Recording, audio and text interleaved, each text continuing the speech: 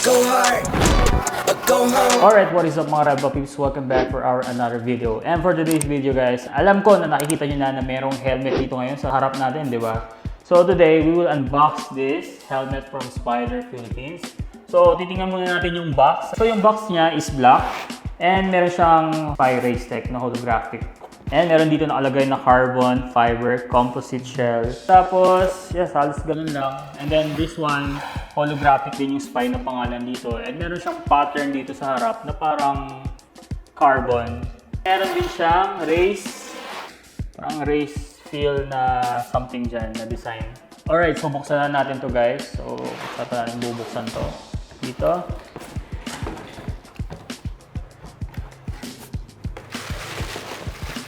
So, meron siyang una, clear lens. Yes, clear lens. Alright, tabi muna natin to. And then, the helmet mismo. At yan lang yung laman guys, wala na. Ito na guys yung helmet. So, sa bag niya guys, hindi na siya yung tulad ng mga bag before na parang isa lang yung parang string na nahuhugot mo ng ganun. So, ito siya, parang medyo may pagka-string bag. Pwede mo na siyang maibag talaga sa likuran mo. Ayan, kasi dalawa na yung string niya.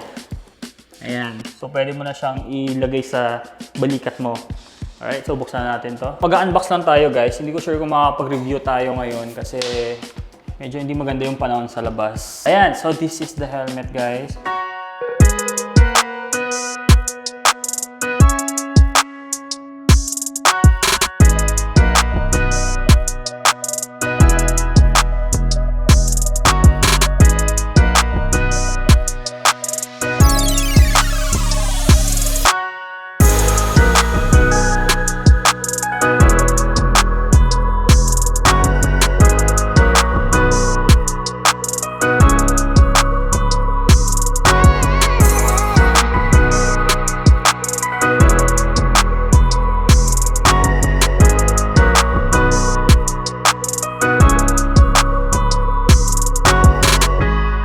This is the Flight carbon fiber. So it's black and gold. So sa harap, meron siyang vents dito.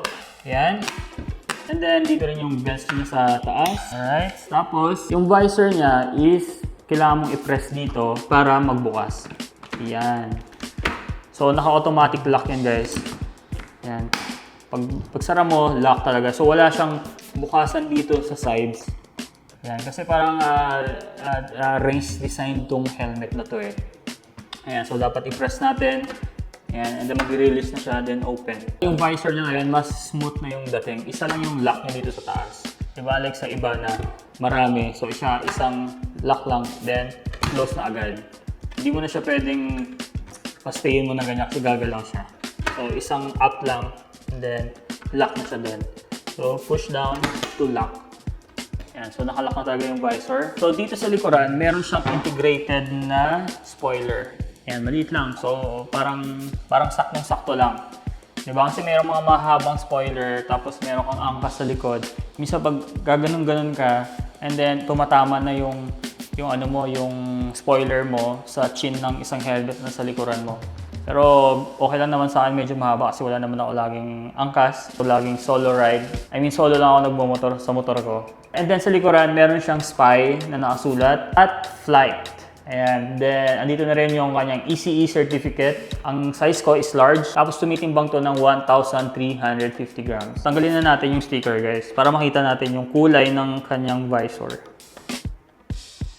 Yun, no? Alright, so ano ba yung kulay niya? Okay, so gold siya, pero may pagka-green. And ganito yung visor na paborito ko talaga. Ang kulay ng visor na gusto ko kasi ang ganda nito sa mga pitik. Tapos this helmet guys is naka-dual visor. And andito na sa side, sa taas. Yan. So, ito siya. Pakita ko sa inyo. Yan. So, smooth naman. Hindi siya parang nag-stack up yung feeling na pag binaba mo siya o tinaas. Hindi siya parang nag-stack up. Ang gusto ko pang ipakita sa inyo guys, syempre, ang loob, di ba? Kasi ani natin yung forma sa labas, carbon nga siya, tapos ang pangit naman ng dating sa loob. Kailangan quality ang labas, quality din sa loob. So tingnan natin, gawin muna natin itong sapin. So sa loob guys, yung kanyang chin curtain, pwede siyang matanggal. Yan, pwede siyang natatanggal siya. Tapos ang kanyang cheek pad is meron na siyang emergency release tab. Itong dalawang pulang to. Yan, so ito, just in case of emergency, ito yung dalawang to ang hinihila para matanggal ang cheek pad niya. Para pag nahila na to, mas madaling makakalabas yung ulo natin. Ayun yung purpose nito. And good thing is meron nito. Isa na to talaga sa mga helmet na dapat tinitingnan nyo once na bibili kayo ng helmet. So, quality naman dito sa loob guys, napakaganda ng feeling ng kanyang foam, and I think yung fabric nito is parang quick dry. Tapos yung kanyang cheek pad is removable. Yan, madali na siyang tanggalin. Yun no. Yun. So tapos yung kanyang cheek pad is printed na parang carbon pattern or snake carbon pattern yung cheek pad. Naka-quick release siya guys. Meron din tong option na pwede siyang D-ring. So mostly sa mga racetrack naka-D-ring talaga sila. And ako gusto ko rin naman yung D-ring. And then ito maganda lang to pag lagi ka nagtatanggal ng helmet. Ayan. So okay din to. Tapos sa loob niya guys is naka intercom ready. May velcro siya sa loob na pag naka-intercom ka, ikakabit mo na lang yung speaker mo dito sa loob. So, maganda siya, maganda. Ano siya, intercom ready na siya. Nice. Alright, tapos pakita ko pala sa inyo guys, meron siyang nakakabit nito kanina sa helmet. Tingnan natin kung ano yung loob dito. So, dito sa loob, meron siyang, mga stickers. Ayan. Stickers na kasama. I-fit natin ito ngayon yung helmet na to. Ayan. Maglagay muna tayo ng balaklava.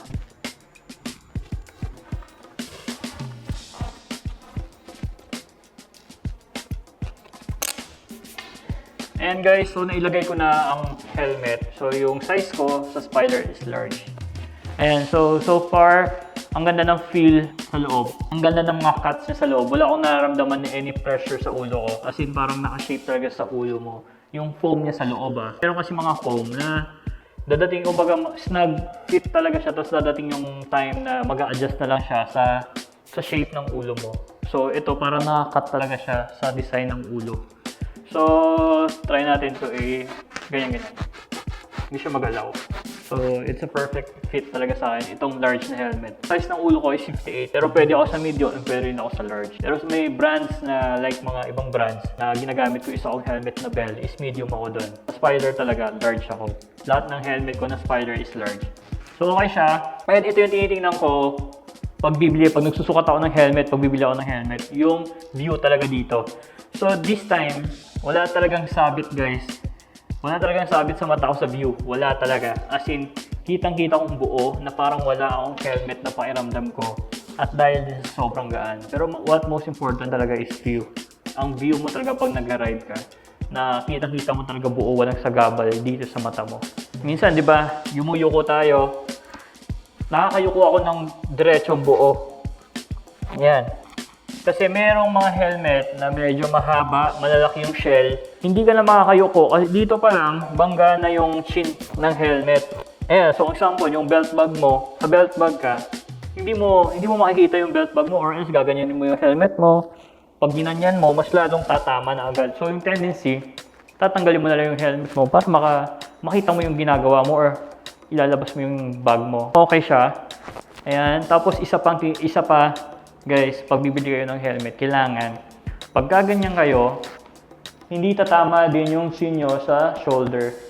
Kasi, mahihirapan kayong lumingon. Kasi may times na hindi natin nakikita sa side mirror lang lahat. So, may time na kailangan talaga nating lumingon. So, kung limited din yung lingon nyo, at pag tumama ng chin nitong helmet sa shoulder nyo, wala na. Ito wala Nakita nyo ba tumama? Wala. Ayan. Walang tama. Ayan, so yun yung mga points guys na pag bibili kayo ng helmet. Tsaka yung shell size nito guys, sobrang sakto lang. Diba? Saktong-sakto lang. Tsaka ang ganda ng shape dito. Kita nyo? Diba? So dahil naka-glasses na ako ngayon, try ko mag-suot ng glasses para naman to sa mga taong naka-glasses. Kasi may mga helmet na hindi siya pwede lagyan ng glasses. Diba? So ito titingnan natin. So okay siya guys.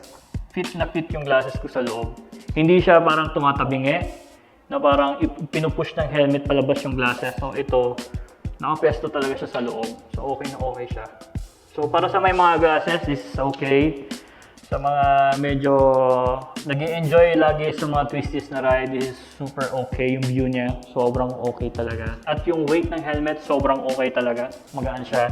Especially kapag motovlogger ka, ang ganda talaga pag naka-carbon ka, alam mo kung bakit. Kasi magaan yung helmet, tapos pag-add ka ng camera, magdadagdag ng weight yon. Example, may intercom ka pa, magdadagdag din ng weight yon. Minsan, pag regular helmet yung gamit natin, pabigat na ng pabigat yung helmet. Pero dahil naka-carbon ka, pag naglagay ka ng mga gadgets mo dyan sa helmet mo, yung mangyayari is parang normal helmet na lang siya na weight. So, di ba? Okay, side.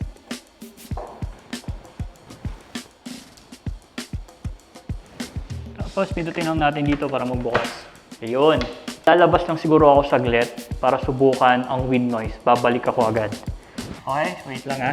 Kasi, mostly kasi, di ba, issue din natin yung minsan. So, sobrang ganda ng helmet. Kapag issue naman yung wind noise, ayaw na natin. Especially kapag long ride talaga tayo, sobrang nakakapagod yung maingay na helmet. So, ito, I will tell you honestly, saglit lang tong break na to. Okay? Wait. Alright, so we're back guys. And ito na yung resulta ng pag-test drive ko dun sa labas. So, dito, yung front na vent niya, sobrang daming hangin pumapasok. Sobrang dami talaga pumapasok na hangin. Ramdam ko talaga na yung touch ng hangin sa high speed dito sa lips ko. Mostly yung iba kasi design lang to eh. Walang ginagawa eh. 'Di ba? Kumbaga design lang, i-open close mo lang pero wala masyado pumapasok na hangin. So dito, ang lakas. And at the same time, dito din ang lamig sa taas, malamig din sa ulo. Ito lang yung pinaka-honest lang na sasabihin ko sa inyo. Pagbukas ko dito, kasi pagbukas na bukas, open na open, meron ako naririnig na parang sumisipol sa loob ng helmet. Yan, may sumisipol siya. Hindi ko alam baka dahil may somewhere here, dito sa side na may sumisipol. Yan, pero so far, okay na okay siya. Pag sarado yung vents niya, nakasarado, wala masyadong wind noise. Parang normal lang talaga ng wind noise, hindi siya annoying na wind noise.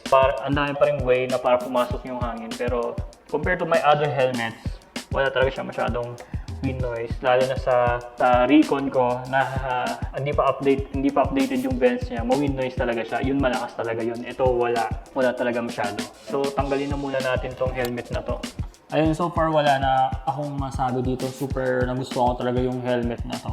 I think this is the best helmet ngayon na meron ako. Honest yan. Hindi yan Echos, hindi because sponsored. Like kanina sinabi ko sa inyo, yung Recon ko dati, ma-wind noise talaga siya. Pero syempre, siguro mas in-update na nila talaga yung produkto nila, mas pinaganda na. Kaya ito na yung resulta ng flight na helmet ngayon. Sobrang swabe na talaga. And yun lang talaga guys, yung napansin ko kanina, pag open yung vents niya sa front, may sumisipol. Kasi sobrang lakas talaga ng hangin na pumapasok. Which is okay yun, diba? Especially pag mainit. And kapag nasa traffic ka, mas makakahinga ka ng mabuti pag gano'n. Kasi merong air talaga na pumapasok. Sa taas, yung ginawa ko sa taas, sinarado ko dito, nakabukas ang taas, walang noise. Ito lang talaga yung sa baba. Meron siyang maliit na konting sipol lang. Pero okay lang. Kasi ako, hindi naman talaga ako mostly nagbubukas ng vents dito sa harap. Yung ginagawa ko talaga, kasi may chin mount yan eh, may camera yan. So all the time, pag ginawa ko itong vlogging helmet na sarado ito the whole time. So dito lang talaga ako nagbubukas sa taas. Lahat ng helmet ko sa taas lang. May mga helmet din nga na kahit bukas yung vent sa taas, may sumisipol. Malakas pa rin yung wind noise. So I think na-improve na talaga yung mga vents nitong helmet na to. Sobrang napakaganda, sobrang napakagaan sa ulo. Kung isipin mo, this is 1,350 grams. Medyo mas mabigat siya ng konti sa Recon ng 100 grams. Pero kapag suot mo na sa ulo mo, parang hindi mo naman na napapansin yung difference. Pero pag ginanyan mo, ito yung Recon ko guys, papakita ko. Ito yung Recon ko. Ayan. Ito siya. Ayan.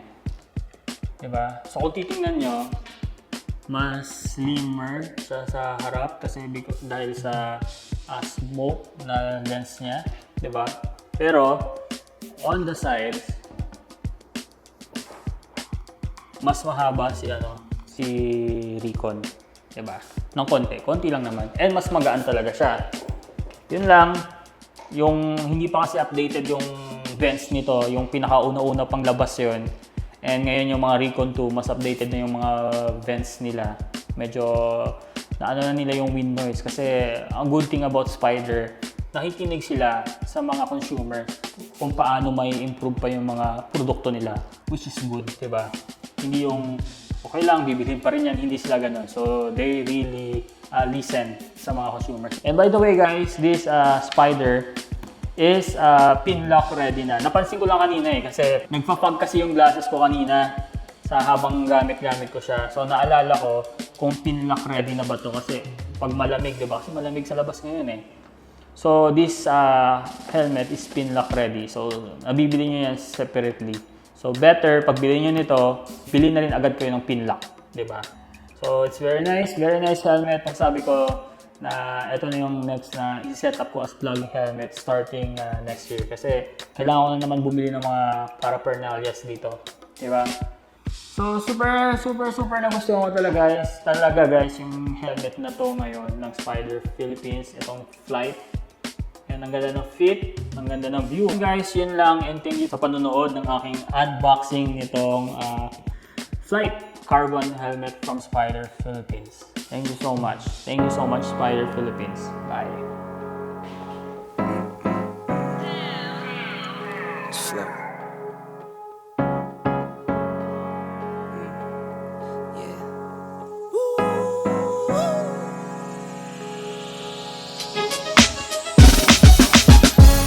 Yeah, I'm watching the rise, and I wouldn't say I'm shocked cause I'm hardly surprised.